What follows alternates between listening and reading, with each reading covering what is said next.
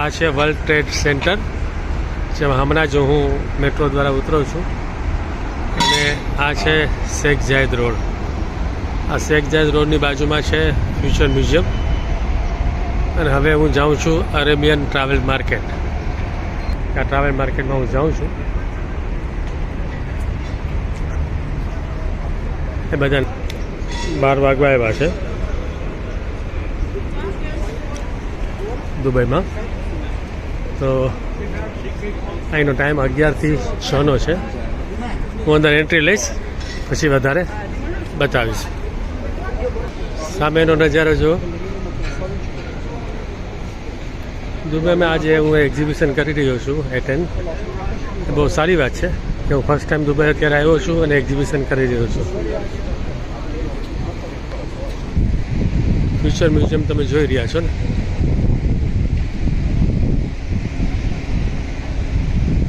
બસ એની નજીક જ છે. આખી લાઈન છે, એક્ઝિબિશન ગેટ છે. ને હું અહીંથી એન્ટર થઈશ. લોકો એકબીજાને ગળે મળે છે અને હું જાઉં છું અંદરની સાઈડ. હું અહીંથી જાઉં છું. આ રીતે ચેકિંગ થશે બેગ, પછી અંદર જવા દેશે. બધા લોકો અહીંયા આવી ગયા છે સૂટ બૂટ પહેરીને. એક રોબોટ પણ છે અહીંયા. રોબોટ તમારે લેવો હોય તો અહીંથી મળશે. આ રીતે મારી પ્રિન્ટ નીકળી રહી છે. પ્રિન્ટ નીકળીને મને આગળ જવા માટે કહેવામાં આવે છે. તો બધી જગ્યાએ આ રીતે પ્રિન્ટ હોય છે અને મને પાસ મળી ગયો છે. તો હવે હું કોઈ પણ ગેટમાં અંદર જઈ શકીશ.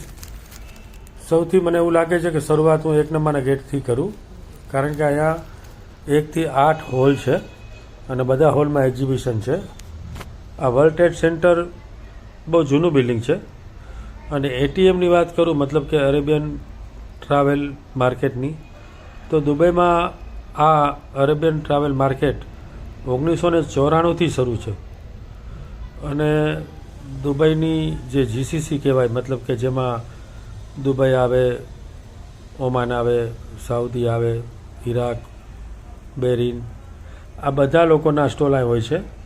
દુબઈમાં જ જે 7 સ્ટેટ છે, જેમ કે શારજા છે, અજમાન છે, અબુધાબી છે, રાસલ ખીમા છે, ફુજેરા છે, એ બધાના સ્ટોલ પણ અહીંયા હોય છે.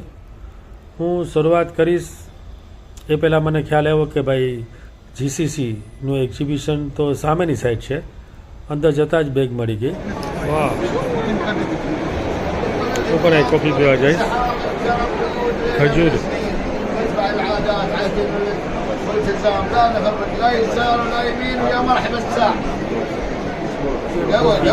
અને સાથે ખજૂર. આપણે તો કોફી ના ભાવી, પરંતુ અહીંયા આ રીતની પોલીસની કાર પણ છે. એ પણ આપણે જોઈ શારજામાં. આ તમને જે હું લઈ જાઉં છું એ શારજા છે. તમે એનું ડેકોરેશન જુઓ તો તમને લાગશે કે આ લોકો ખર્ચો બહુ કરે છે અને આમાં કંઈ નવાઈ નથી. આ લોકો ઘણી જગ્યાએ આ રીતે ખર્ચો કરતા હોય છે અને એક્ઝિબિશનનો માહોલ ક્રિએટ કરતા હોય છે. જમાઇકામાં પણ હું જઈને આવ્યો.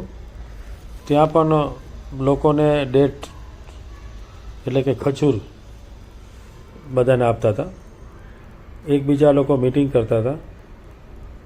માહોલ બહુ સારો હતો. હું એવી જગ્યાએ ગયો જ્યાં ઓમાન છે અને એમાં આ રીતે મોતી માટે લોકો બેઠા હતા કે છીપલામાંથી મોટી જો નીકળી જાય તો તમારું. એના માટે આપણે 3 છીપલા બહાર કાઢવાના. મેં તો આ વસ્તુ ન કરી, કારણ કે આપણે આ વસ્તુમાં રસ નહોતો. આગળ ગયો તો મને ઈરાક જોવા મળ્યું. એક રોબોટ પણ મને સામે મળ્યો, જે એક્ઝિબિશનમાં એન્ટરટેનમેન્ટ કરતો હતો બધા લોકોનું. મિટિંગો આ રીતે ચાલુ હતી. મારા માટે આ પહેલો એક્સપિરિયન્સ હતો. અહીંયા ઓમાની હલવો તાજો એકદમ પ્રખ્યાત મળી રહ્યો હતો. તેનો સ્વાદ આપણે ચાખ્યો. સાથે ચોકલેટ્સ પણ હતી. ઉપરની સાઈડથી મેં જ્યારે નજારો જોયો ત્યારે મને ખ્યાલ આવ્યો કે કેટલું સુંદર એક્ઝિબિશન છે. અહીં બધા સ્ટોલ હતા. દુબઈના ઘણા બધા ટ્રાવેલ એજન્ટ અહીં હતા આ કારનું નામ તો મને નથી ખબર, પણ આમ જોવા જઈએ તો એ કાર ટેસ્લા જેવી હતી. અહીંયા શો ચાલતો હતો. એનાથી આગળ ગયા તો અહીંયા પણ કોફી બધાને ફ્રીમાં જ પીવડાવતા હતા. રોબોટ હજી પણ ચક્કર મારી રહ્યો હતો. એટલે રોબોટની સાથે ફોટોગ્રાફી ન કરી, પરંતુ આગળ જઈને મેં આ કાર જોઈ. આ પોલીસની કાર હતી. એ જોતાં જોતાં જ્યારે હું આગળ ગયો તો ત્યાં પણ લોકો આ રીતે સિટિંગમાં મિટિંગ જ કરતા હતા. પહેલાં તો મને ખ્યાલ નહોતો આવતો કે શરૂઆત ક્યાંથી કરું. એટલે એક ચક્કર તો મેં ખાલી અમસ્તું જ એમ જ માર્યું કે ભાઈ શું શું છે ને ક્યાં ક્યાં શું સ્ટોલ છે. હા, આ લોકોનો મેપ હોય છે, એ મેપ પ્રમાણે તમે જઈ શકો. આ પોલીસ છે ત્યાંની, એ જો ડોગ લઈને ફરી રહી છે, એટલે એ પણ આપણે અનુભવ કર્યો. આ પણ ઓમાન જ છે લગભગ. તો ઓમાની લોકો અહીં આવે છે ને ફોટોગ્રાફી કરી રહ્યા છે. હું ત્યાંથી આગળ ગયો.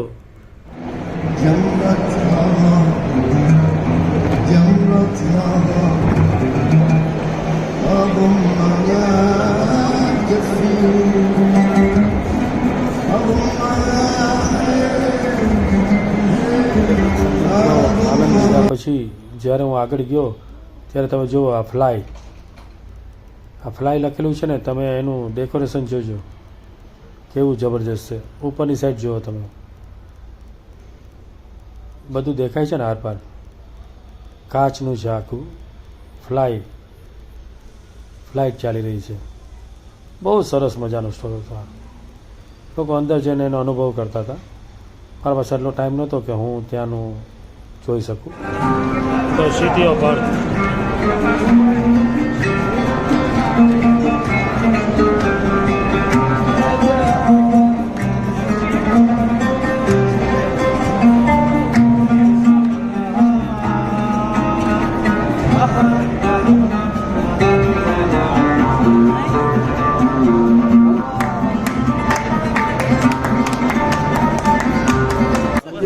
હવે હું હોલ નંબર 1માં જવાનો હતો. પેલા હું દુબઈ સ્પેશિયલમાં ગયો હતો કે જ્યાં યુએના જ બધા સ્ટોલ હતા. કતાર છે, અબુધાબી છે, શારજા છે, ઓમાન છે. હવે હું જાઉં છું હોલ નંબર 1. જો અંદર ગયો છું ત્યાં મને ટીવીઓ, થોમસ કુક, આ બધી વસ્તુ મને જોવા મળી છે. હું થોડી વાર ફરી લઉં છું. પાછો હું તમને થોડી વારમાં વિડીયોગ્રાફીમાં બતાવીશ. આ માહોલ જોઈએ તો એવું લાગે કે કોઈ રેસ્ટોરન્ટ, તમને એવું લાગશે કે કોઈ હોટલમાં બધા બેઠા છે ને કરી રહ્યા છે. એને કોઈ સિટિંગ એરેન્જમેન્ટ છે. હું હોલ નંબર 1માં છું. વચ્ચે લાલ કાર્પેટ છે અને તમને અહીંથી બતાવીશ. અને સરસ આખો હોલ. એક હાથમાં બેગ છે ને એક હાથમાં મોબાઈલ છે, અને થોડું શૂટિંગમાં તકલીફ પડે તો માફ કરજો. એવી જગ્યાએ ફરી રહ્યું છું જ્યાં ગીત છે, સંગીત છે, ખરીદી છે, લાઇટિંગ છે, બધી વસ્તુ ત્યાં છે. ફરતા ફરતા હું ઘણો આગળ નીકળી ગયો. મેં જોયું કે અહીંયા સ્ટોલ તો ઘણા હતા અને ઘણી બધી ટ્રાવેલ કંપની અહીંયા ભાગ લીધેલો. અમુક ટ્રાવેલ કંપનીને હું ત્યાં રૂબરૂ મળીને કોન્ટેક કરેલા. ઘણી જગ્યાએ આપણે ફોટા પણ પાડ્યા. હું જ્યારે આગળ ગયો ત્યારે મને ખ્યાલ જ નથી આવતો કે હું 1 નંબરમાંથી 2 નંબરમાં ક્યારે ઘૂસી ગયો. કારણ કે અંદરની સાઈડે 1 નંબરથી 2 નંબર જવું ઇઝી હતું. તો એ રીતે હું અંદર જઈને બધી જગ્યાએ ફર્યો. તમે જોઈ શકો છો કે ટ્રાવેલ ટીચ કરીને પણ એક સ્ટોલ છે, જ્યાં તમને ટીચિંગ આપવામાં આવે છે, જેના સોફ્ટવેર પણ હોય છે. ટાઈમ પણ એક જગ્યા સારી છે, ત્યાં પણ હું ફર્યો. આ સાઈડ તો મેં ઘણું બધું જોયું. હાથમાં બેગ હું તમને કહું છું એ રીતે ઉપાડવાના હિસાબે હું શૂટિંગ બહુ ન કરી શક્યો. હવે હું આ સાઈડ જઈ રહ્યો છું. કંઈ નવું હશે તો તમને બતાવવાની 100% ટ્રાય કરીશ. તમે વિડીયોમાં જોતા રહેજો એન્ડ સુધી.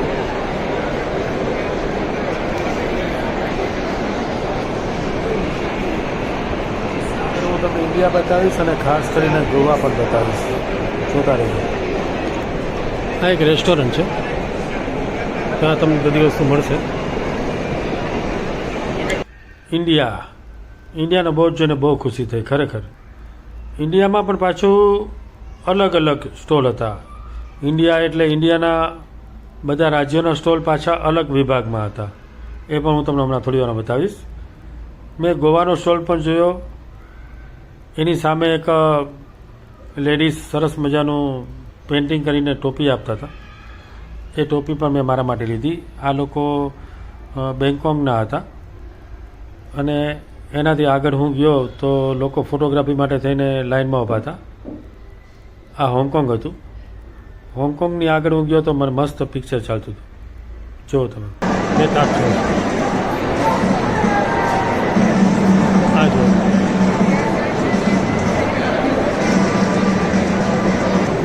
બોલો ઇન્ડિયાનો સ્ટોલ છે પણ આ તો ગોવાનો પણ છે. બોલો આપણે ગોવા બતાવીએ. સ્પેશિયલ ગોવા.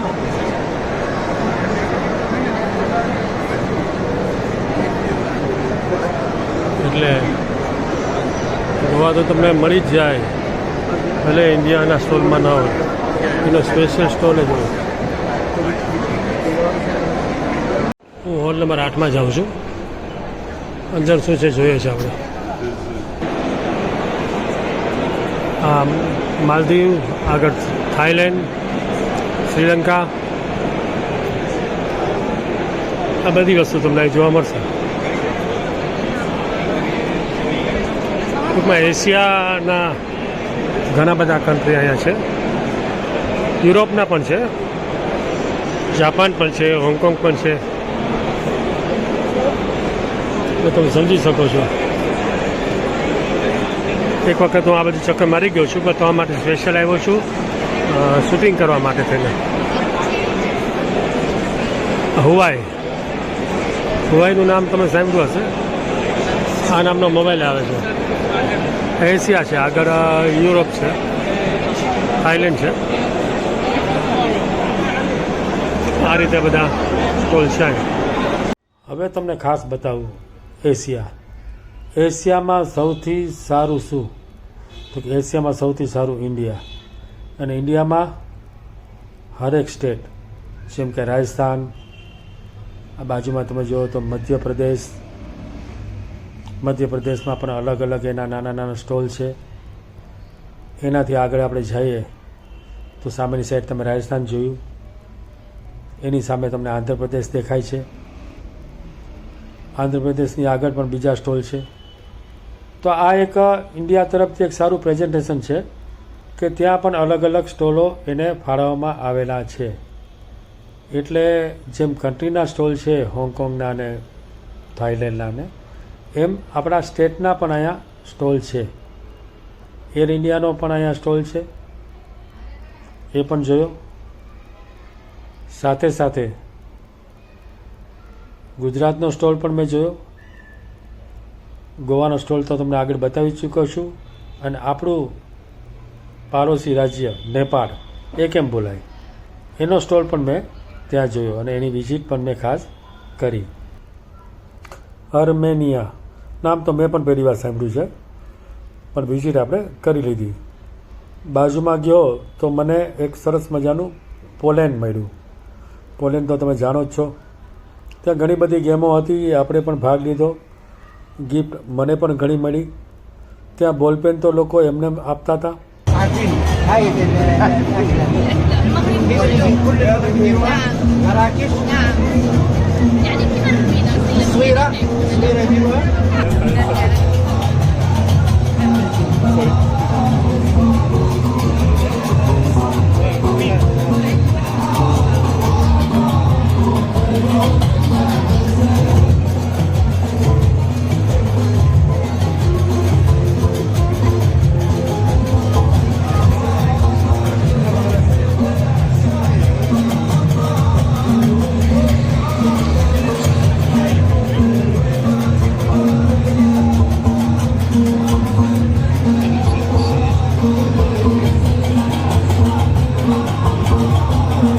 મોરાકો વિશે સાંભળ્યું છે?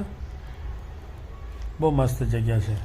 તમે એની જોઈને તબિયત ખુશ થઈ જશે.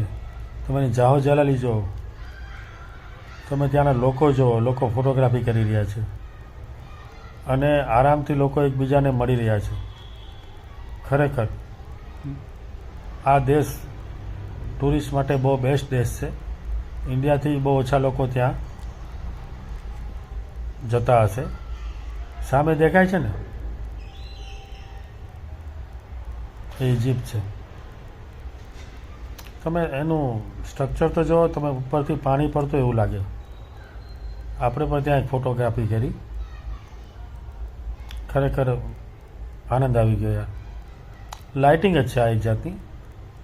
ઉપરથી જ્યારે પાછો મેં બીજો સીન લીધો ને અલગ ડોમમાંથી, તો ખ્યાલ આવ્યો કે ખરેખર આ એક્ઝિબિશન એક દિવસમાં પતે એવું નથી. એટલે જ આ લોકો 4 દિવસ રાખે છે. હા, દુબઈની વાત કરું તો તમને કહી દઉં કે દુબઈમાં ક્યારેય સન્ડે એક્ઝિબિશન હોતા નથી. એ સન્ડે સિવાય જ હોય છે. એટલે સ્પેશિયલ તમારે સન્ડે છોડવો પડે છે. ચલો